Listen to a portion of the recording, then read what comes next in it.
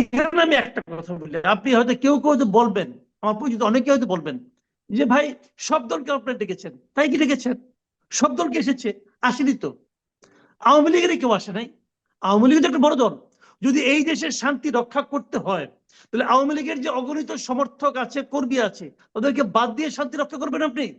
সেটা তো পারবেন না। ওরা যদি অশান্তি করতে চায়, তাহলে আপনারা চাইলে কি হবে? হবে না কিন্তু। সেখানে সমস্যাটা হলো কি, আওয়ামী লীগকে ডাকলে আওয়ামী লীগের কে আসবে? এখানে আওয়ামী লীগের ভূমিকাটা আমার কাছে খুবই ন্যাক্কারজনক মনে হয়েছে। আমি আজকে কিন্তু আওয়ামী লীগের ওয়েবসাইটে গিয়েছিলাম, দেখি ওরা কি বলে।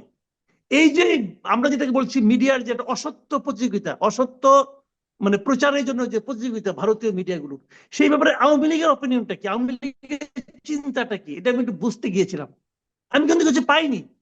মানে আওয়ামী লীগ তো বলতে পারতো আমাদের ডাকে নাই, কিন্তু আমরাও চাই এই ধরনের অসত্য প্রচারণা বন্ধ হোক, কিন্তু সেটা কিন্তু আমরা পাইনি।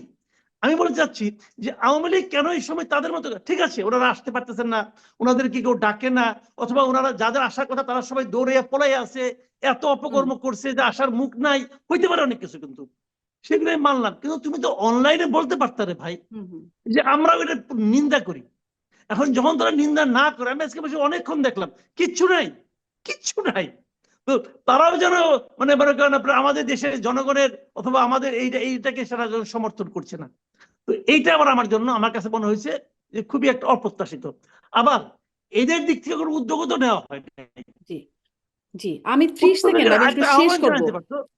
জি নিশ্চয়ই, ব্যারিস্টার ফুয়াদ আপনার কাছে আমি আমি খুবই সংক্ষেপে এটা একটু আপনার কাছ থেকে শুনতে চাই। মানে এইরকম যেটা যেটা মাসুদ কামাল বলছেন, তারা তো একটা বড় দল, এতদিনের একটা সমর্থন গোষ্ঠী তাদের অন্তত পক্ষে আছে, বা তাদের সাথে যারা জোটবদ্ধ ছিল ছোট ছোট রাজনৈতিক দলগুলো, তাদেরও একটা অবস্থান আছে। মানে এদের সব এই একটা অংশকে বাদ দিয়ে জাতীয় ঐক্য হবে, মানে সমস্যা যারা সৃষ্টি করবে তাদেরকে বাদ দিয়ে জাতীয় ঐক্য করলে আসলে সমস্যা থেকে সমাধান হবে?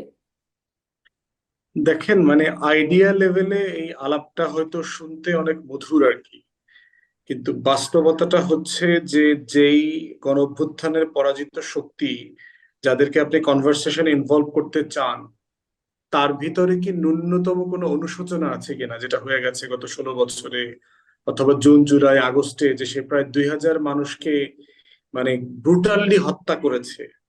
এখন পর্যন্ত কোনো আওয়ামী লীগের নেতা কর্মীকে কি ন্যূনতম আপনি রিগ্রেট করতে দেখেছেন কিনা যেটা হয়ে গেছে?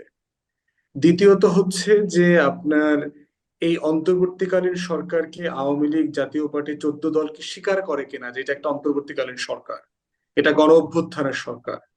আমি আজকেও একটা পোস্টার দেখলাম, আগামী কয়েকদিন পরে আপনার লন্ডনে ইউকে আওয়ামী লীগের একটা সমাবেশ হবে, যে অবৈধভাবে ক্ষমতা দখলকারী অন্তর্বর্তীকালীন সরকারের এইসব বিষয় নিয়ে একটা তারা সমাবেশ করছে।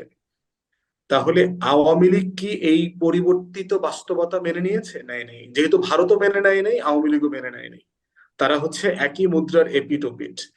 এখন সাধারণ জনগোষ্ঠী, এই যে এটা তো একটা ফাগিশ অর্গানাইজেশন হওয়ার পরেও তার তো প্রায় 15-20% মানুষ ভোটার আছে, তাদের প্রতিনিধিত্বের কি হবে?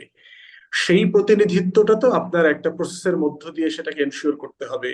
এবং আমি তওবা কমিশনের প্রস্তাব করেছি ইতিমধ্যে, যে হেফাজতের আলেম ওলামাদেরকে বসায়া পাগড়ি সামনে দিয়া এদের আওয়ামী লীগের নেতা কর্মীরা যারা মিছিল মিটিং করছে শুধু ভোট দিচ্ছে কিন্তু কোনো গুনাহ করে নাই, কোনো চুরি চামারি করা, তারপরে হচ্ছে লুটপাট করা, টাকা পাচার করা, খুন খারাপের সাথে জড়িত না, তারা পাবলিকলি আইসা ওইখানে তওবা করবে।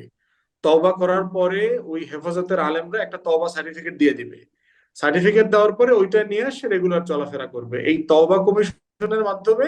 এরপর তাদেরকে আপনার সমাজে চলাফেরা করা, এই হাঁটাচলা করা, বাজারঘাট করা, এটার একটা সম্মতি দেওয়ার সুযোগ আছে। এটা একটা প্রসেস ফলো করতে হবে আর কি। এছাড়া আপনার এই প্রতিনিধিত্বটা এনশিওর করবার স্পেস তো নাই, কারণ দল আকারে আওয়ামী লীগ তো এক্সিস্ট করে না এখন।